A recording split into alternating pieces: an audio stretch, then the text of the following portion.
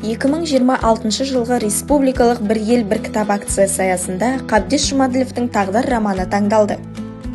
Бұл шығарма қазақ халқының тарихы мен тағдырын терең бейнелейтін құнды туынды.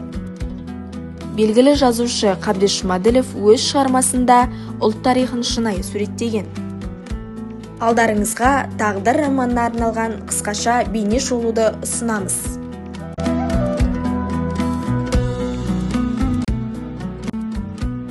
Роман тарихи мәліметтер мен деректерге негізделе жазылған.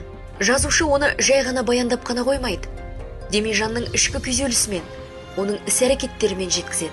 Сайлау барысындағы аласапыран оқиғалар, тіпті қазақтың аңқаулығынан туындаған күлкілі жағдайлар роман оқиғасын қоюландыра түседі. Шәуешек аймағының әміршісіне бағынатын мекендерде тіршілік кешкен қазақ руларымен тығыз байланыста көрсетіледі.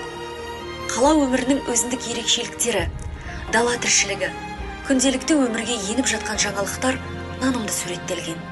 Енді біраздан кейін мыңғырып жатқан бай, ауыл көшкен елдің жұртындай қаңырап бос қалып еді.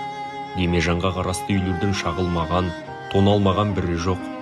Тек Ырысқанның ақ отауы ғана қол тимей бүтін тұр. Оны да Мамырбек төренің адамдары қорғап қалған.